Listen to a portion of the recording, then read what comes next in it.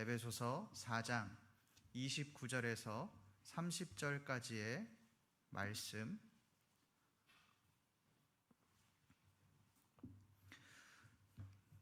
저와 여러분들이 한 목소리로 읽도록 하겠습니다. 시작.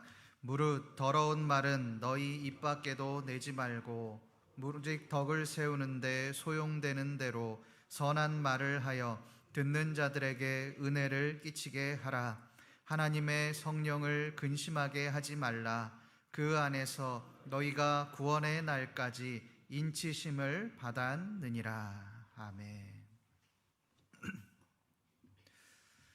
최근에 많이 쓰여지는 신조어 중에 감정 쓰레기통이라고 하는 단어가 있습니다.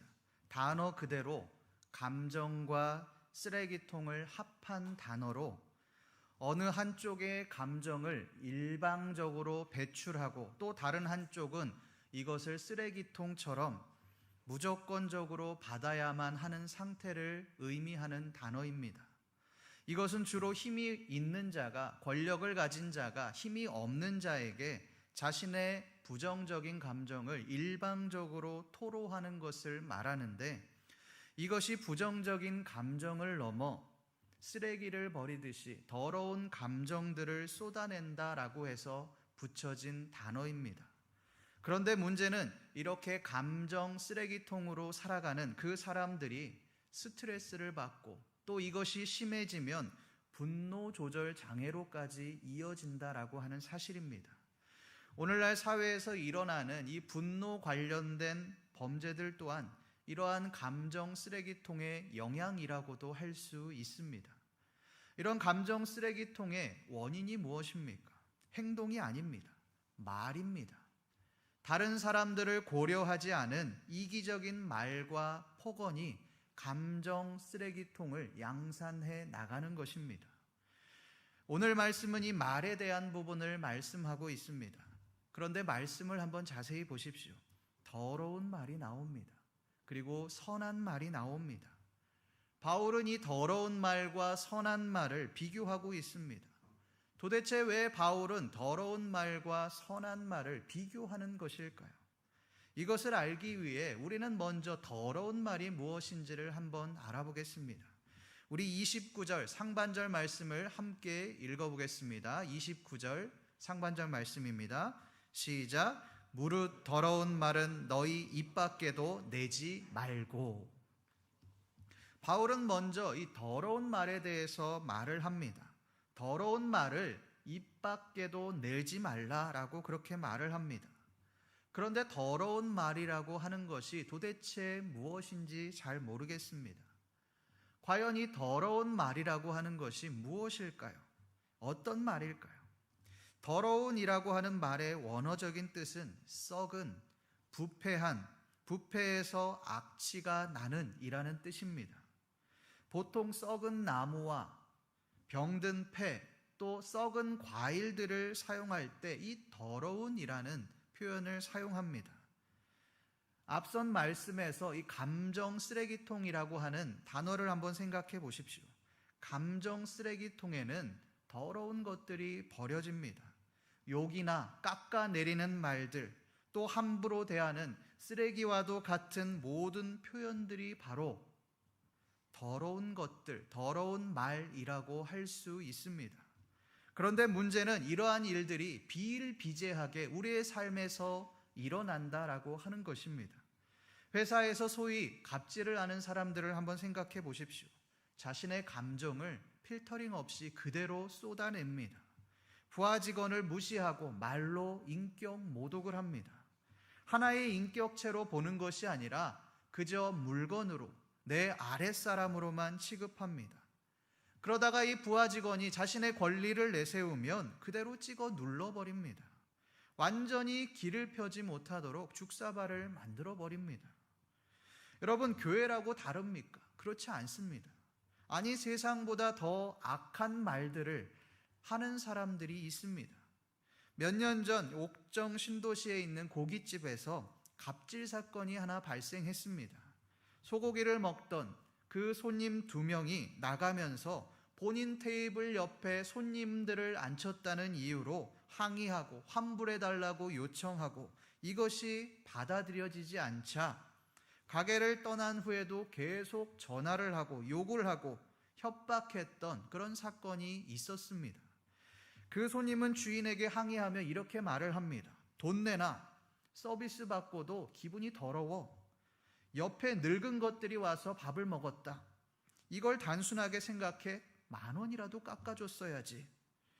주인이 욕설에 대해서 항의하자 이렇게 말을 합니다. 내가 언제 욕했냐? 말을 했지.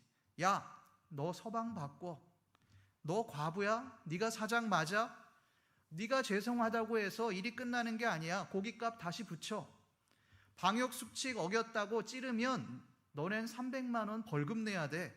내가 좀 협박하면 어때? 니까 짓게 뭔데? 이렇게 욕설과 협박을 했습니다. 그런데 여러분, 이 사람들이 누군지 아십니까? 목사와 딸이었습니다. 이 기사를 보고 제 얼굴이 시뻘개졌습니다. 너무나도 부끄러웠습니다. 식당에서 깽판을 치고 욕설과 협박을 했던 그 목사는 교회에서 아주 거룩한 모습으로, 경건한 모습으로 살아가겠죠. 누구보다 거룩한 모습으로 성도들에게 비춰지겠죠. 그러나 밖에 나가서는 더러운 말과 더러운 행동을 하는 사람이었습니다. 밖에 나가서는 거룩이나 경건의 모습은 눈을 씻고도 찾아볼 수 없었습니다. 이것에 대해 말씀은 뭐라고 말씀합니까? 우리 마태복음 7장 15절 말씀을 함께 읽어보겠습니다. 시작. 거짓 선지자들을 삼가라. 양의 옷을 입고 너희에게 나아오나 속에는 노략질하는 일이라. 마태복음 7장 15절의 말씀은 거짓 선지자들에 대한 말씀입니다. 여러분, 거짓 선지자들의 모습이 어떻습니까? 양의 옷을 입었습니다. 겉모습은 아주 교양이 있고 기품 있는 거룩한 모습을 하고 있습니다. 누가 봐도 거룩한 사역자, 거룩한 목사의 모습입니다. 그런데 마태는 이들을 뭐라고 말씀합니까? 노략질하는 일이라. 사람들의 목숨을 빼앗는 그런 일이와도 같다라는 것입니다. 겉으로는 거룩해 보이지만 그 속은 다른 사람들을 죽이는 그 사람의 모습, 이리와도 같은 모습을 하고 있다는 것입니다. 성도 여러분, 우리는 진정 거룩한 삶을 살고 계십니까? 겉으로만 경건의 삶을 살고 계시지는 않으십니까? 우리 또한 이 양주의 목사처럼 거짓 선지자처럼 진짜를 가장한 가짜의 삶을 살고 계시지는 않으십니까? 거룩이 아니라 위선의 삶을 살고 계시지는 않으십니까? 우리가 힘이 없고 연약한 자들을 대할 때 우리가 막말 목사와 같이 그 사람을 무시하는 말과 무시하는 행동들을 한다면 우리는 거짓 선지자의 모습을 하고 있는 것입니다. 그러한 삶을 살고 있는 것입니다. 다른 사람들을 살리는 삶이 아니라 죽이는 삶을 살아가고 있는 것입니다. 성도 여러분, 나를 살리기 위해 다른 사람을 죽이지 마십시오. 나를 높이기 위해 다른 사람을 무시하지 마십시오. 진짜 거룩은 연약한 자들, 모든 사람들이 무시하는 그 사람들에게도 더러운 말을 하지 않는 사람입니다. 죽이는 말을 하는 것이 아니라 살리는 말, 세우는 말을 하심으로 거룩한 삶을 살아가시는 저와 여러분들 되시기를 간절히 소망합니다. 이제 우리는 이 더러운 말이 무엇인가에 대해서 알게 되었습니다. 그렇다면 선한 말은 무엇일까요? 우리 다 같이 29절 말씀을 한 번 더 읽어보겠습니다. 시작. 무릇 더러운 말은 너희 입 밖에도 내지 말고 덕을 세우는데 소용되는 대로 선한 말을 하여 듣는 자들에게 은혜를 끼치게 하라. 바울은 이 선한 말에 대해 수식어를 하나 더 붙입니다. 그것은 덕을 세우는데 소용되는 대로라고 하는 그 수식어입니다. 덕을 세우는데 라는 말의 원어적인 뜻은 세움을 위하여라는 뜻입니다. 그런데 도대체 무엇을 세워야 하는지 잘 모르겠습니다. 바울 또한 이 부분을 명확하게 말하고 있지 않습니다. 그저 덕이라고 하는 말만 반복하고 있습니다. 여러분, 과연 이 덕을 어떻게 해석해야 하겠습니까? 우리 다 같이 에베소서 4장 25절 말씀을 함께 읽어보겠습니다. 시작. 그런즉 거짓을 버리고 각각 그 이웃과 더불어 참된 것을 말하라. 이는 우리가 서로 지체가 됨이라. 25절 말씀에 보면 지체라는 표현을 쓰고 있습니다. 에베소 교인들을 향하여 우리가 서로 지체가 되었다라고 그렇게 말을 합니다. 그렇다면 여기에서 말하는 덕은 개인적인 덕이 아니라 공동체를 세우기 위한 덕이라는 것을 우리가 알 수 있습니다. 이러한 관점으로 선한 말이 무엇입니까? 어떤 말입니까? 내 것을 얻기 위해서 다른 사람들을 좋게 하는 그런 개인적인 말이 아니라 공동체를 살리는 말이 되어야 한다는 것입니다.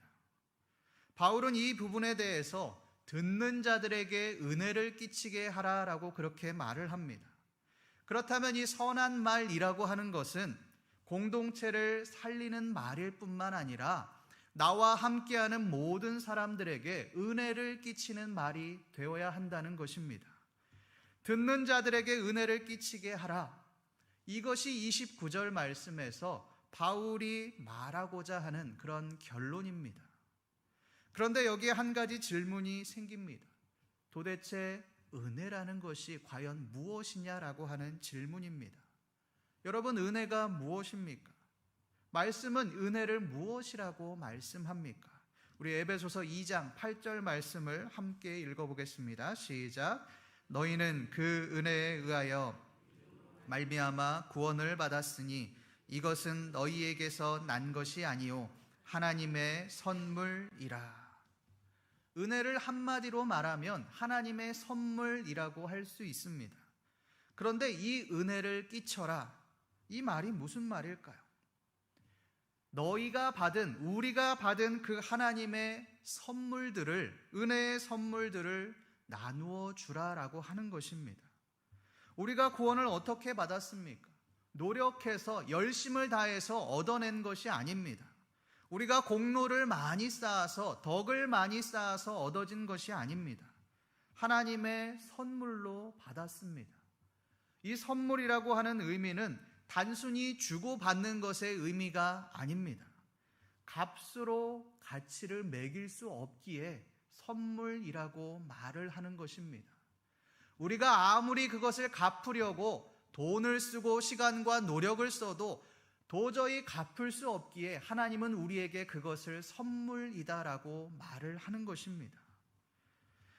하나님께서는 우리에게 구원을 선물로 주시기 위해서 하나님의 아들 독생자 예수 그리스도의 생명을 내어주셨습니다. 목숨을 희생시키셨습니다. 그렇게 해서 얻어진 것이 바로 은혜입니다. 하나님의 선물로 받은 은혜, 이 은혜를 끼치게 하라라고 하는 말이 무슨 말일까요? 너희도 은혜를 선물로 받았으니, 거저 받았으니 은혜가 필요한 자들에게 나누어 주라는 말입니다. 오늘 말씀의 기준으로 이 은혜를 재해석하면 위로가 필요한 자들, 상처 입은 자들, 예수 그리스도의 사랑이 필요한 자들에게 선한 말로, 덕을 세우는 말로 위로해주고 은혜를 끼쳐야 한다라는 말입니다. 성도 여러분, 우리는 정말 선한 말을 하고 계십니까? 공동체를 살리는 말을 하고 계십니까? 연약한 자를 세우고 연약한 자를 높이는, 위로하는 말을 하고 계십니까? 아니면 그들을 죽이는 더러운 말을 하고 계십니까? 욥의 세 친구들을 보십시오. 그들은 욥이 어려움에 처하자 욥의 곁에서 일주일간 말없이 욥을 지켜주었습니다. 그런데 막상 일주일의 시간이 지나고 그 욥의 세 친구들이 입을 열자 뭐라고 말씀합니까? 뭐라고 말합니까? 우리 욥기 4장 8절에서 9절 말씀을 함께 읽어보겠습니다. 시작. 내가 보건대 악을 밭갈고 독을 뿌리는 자는 그대로 거두나니 다 하나님의 입 가운데 멸망하고 그의 콧김에 사라지느니라. 독을 뿌리는 자는 그대로 거두나니, 이것이 어려움에 처한 욥을 위로하는 친구들의 말이었습니다. 여러분, 이것은 위로가 아닙니다. 정죄입니다. 말로 욥을 무너뜨리는 것입니다. 말로 욥을 죽이는 것입니다. 물론 당시 고난에 대한 그 관점은 죄를 지었기 때문에 오는 결과였습니다. 이 친구들이 보니 욥이 죄를 지었기 때문에 이 고난이 오는 것이다라고 해석할 수밖에 없었습니다. 그 관점으로 욥은 회개해야 하는 사람이 맞죠. 그러나 이 세 친구들에게는 빠진 것이 있었습니다. 그것은 욥을 하나의 인격체로 보지 않았다라고 하는 것입니다. 당시 신앙의 기준에 맞춰 회개해야 할 그러한 죄인으로 보았습니다. 성도 여러분, 우리 또한 욥의 친구들과 같이 다른 사람들을 우리의 관점으로 정죄하고 계시지는 않으십니까? 안 그래도 힘든 사람들을 신앙의 잣대로 찍어 누르고 신앙의 잣대로, 신앙의 경험으로 그 사람들을 정죄하고 계시지는 않느냐라고 하는 것입니다. 교회 사역을 하다 보면 상처 입은 분들을 굉장히 많이 보게 됩니다. 특히 그 중에서도 성도와 성도가 싸우는 경우도 상당히 많이 있습니다. 그 중에 상당수는 진리와 관계없는 그런 싸움입니다. 자신의 경험으로, 연륜으로, 신앙의 연수로 사람들을 판단하는 것입니다. 내가 신앙생활을 수십 년 해왔고 봉사를 수십 년 해왔는데 이 방법이 맞아. 사역은 이렇게 해야 해. 또 주방에서 음식은 이런 방법으로 만들어야 돼. 이 방법이 맞는 방법이야. 왜 이렇게 교회 안에 사공이 많은지요? 모두 자신의 방법만 옳다고 여기며 자신의 생각대로 따르지 않는 그 사람들에게 말로 상처를 주는 경우들을 굉장히 많이 보게 됩니다. 여러분, 이것은 욥의 친구들과 같은 모습입니다. 물론 자신의 경험이 맞을 수 있겠죠. 그것이 더 원활하게 할 수 있는 그런 방법이겠죠. 그러나 그것을 강하게 내세우다 보면, 자신만 옳다라고 말하다 보면 우리 안에 선한 말이 아니라 더러운 말들이 나가는 것을 보게 됩니다. 사람을 살리는 말이 아니라 사람을 죽이는 말이 우리 안에서 나가게 되어집니다. 성도 여러분, 우리의 말은, 우리의 입술은 은혜를 끼치는 말이 되어야 합니다. 은혜를 끼치는 입술이 되어야 합니다. 어떻게 은혜를 끼칠 수 있습니까? 연약한 자들의 심정을 헤아리는 것입니다. 그들의 아픔이 무엇인지, 그들의 환경이 무엇인지, 그들의 어려움이 무엇인지를 헤아리며 그들을 세우는 말을 해 나가야 하는 것입니다.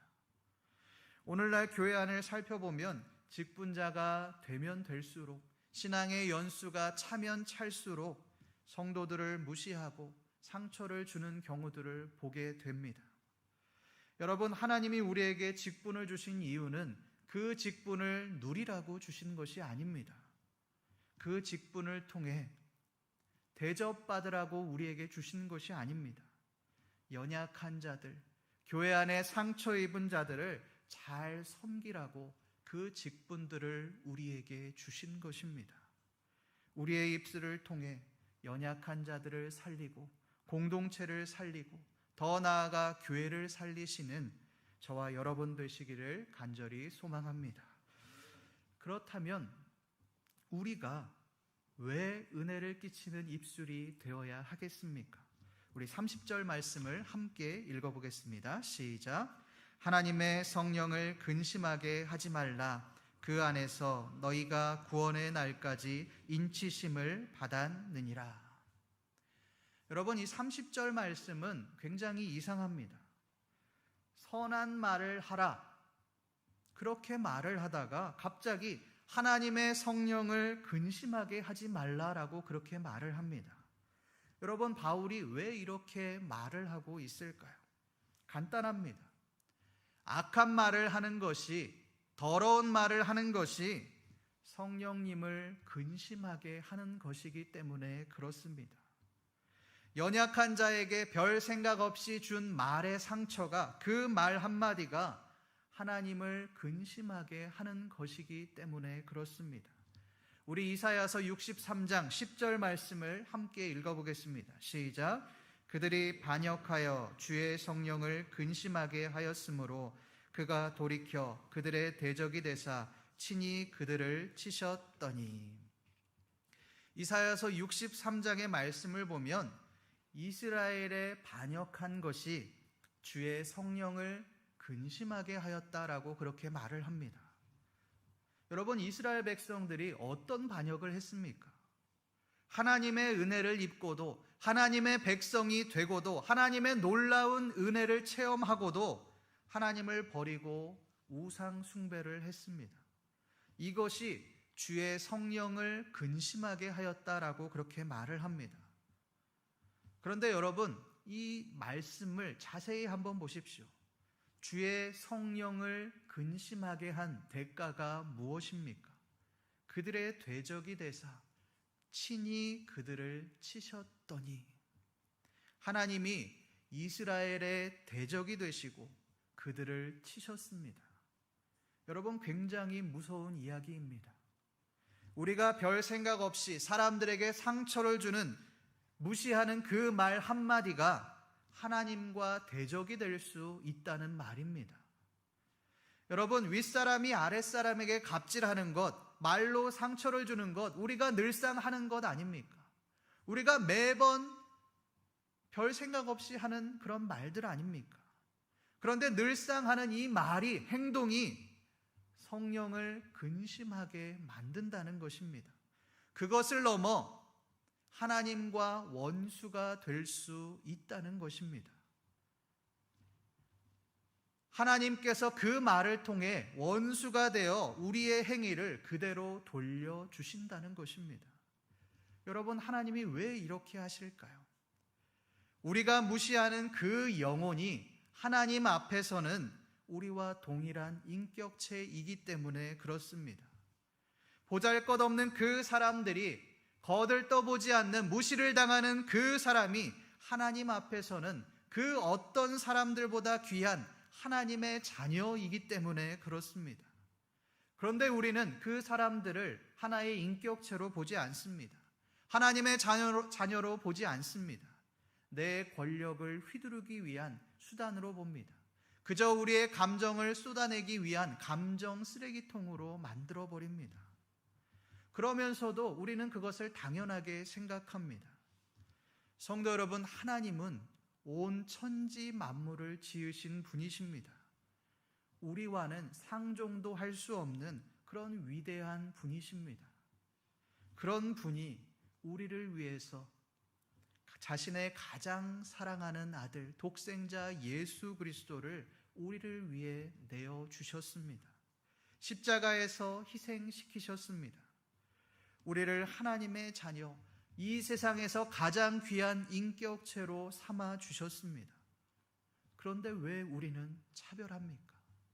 우리는 왜 이런 사랑을 받고도 그 사랑을 돌려주지 않습니까? 왜 이 선을 악으로 갚으려고 하십니까? 왜 사람들을 무시하는 말로 다른 사람들에게 상처를 줍니까? 우리는 덕을 세워야만 합니다. 하나님의 은혜를 끼쳐야만 합니다. 우리가 잘 아는 외과 의사 중에 이국종 교수라는 분이 계십니다. 이분은 응급 환자를 위한 권역 외상센터를 만들어서 응급치료를 위한 일에 헌신한 그런 사람입니다. 이분이 유명해진 사건이 있습니다. 그것은 아덴만 여명작전에서 6발의 총알을 맞은 석혜균 선장을 구해 치료한 그런 사건입니다. 당시 심각한 부상을 입어 사경을 헤매던 선장을 국내로 송환해야 한다고 강력하게 주장했지만 5억 원이나 되는 이 이송비를 두고 국내 정부 측과 미미하게 진전이 되지 않자 본인이 감당할 테니, 이 돈을 내가 감당할 테니 일단은 이송하자라고 말했던 일화는 아주 유명합니다. 그 외에도 수많은 응급 외상 환자들을 살린 사람이 바로 이국종 교수입니다. 그런데 이 교수의 어린 시절의 삶은 그렇지 못했습니다. 아버지는 6.25 전쟁에 참전했다가 쥐레를 밟아 눈과 팔다리 부상을 입은 장애 2급의 유공자였습니다. 이 교수는 어린 시절 병신의 자식이라고 놀림을 당할까봐 국가 유공자의 가족이라는 사실을 철저히 숨겼다고 합니다. 어느 날 이 교수의 어머니는 유공자에게 지급하는 밀가루를 머리에 이고 오다가 그 밀가루를 바닥에 다 쏟아버렸습니다. 사람들의 눈을 피하다 보니 일어난 그런 해프닝이었습니다. 울컥한 마음에 어머니와 밀가루를 주워 담으며 이 교수는 장애인들에게 너무 비정하다, 사람들이 너무한다라는 생각을 했다라고 합니다. 그런데 이 교수의 생각을 완전히 바꿔버린 그런 일화가 있습니다. 그 사람을 만나게 되었습니다. 그 사람은 바로 이학산이라고 하는 의사였습니다. 축농증을 심하게 앓던 이 교수는 유공자에게 주어진 의료복지 카드를 가지고 치료를 받으려고 이 병원 저 병원을 전전하였으나 문전박대를 당하였습니다. 천덕꾸러기 취급을 받았습니다. 그런데 어느 병원에서 이 교수가 내민 의료복지 카드를 보고 이학산이라고 하는 의사 선생님이 치료 후에 병원비를 받지 않고 머리를 쓰다듬으며 이렇게 말했다고 합니다. 너의 아버지가 자랑스럽구나. 너도 공부 열심히 해서 훌륭한 사람이 되어라. 여러분, 이 의사 선생님의 말 한마디가 이 교수를 오늘날 가장 존경받는 의사로 만들었습니다. 성도 여러분, 우리의 삶을 한번 되돌아보십시오. 우리는 어떤 말을 하고 계십니까? 사람을 살리는 말입니까? 아니면 사람을 죽이는 말입니까? 성령님을 기쁘게 하는 말을 하고 계십니까? 아니면 근심하게 하는 말을 하고 계십니까? 오직 덕을 세우는 말로, 은혜를 끼치는 말로 교회를 세워나가고 또 이 세상을 세워나가시는 신림교회 모든 성도님들 되시기를 간절히 소망합니다.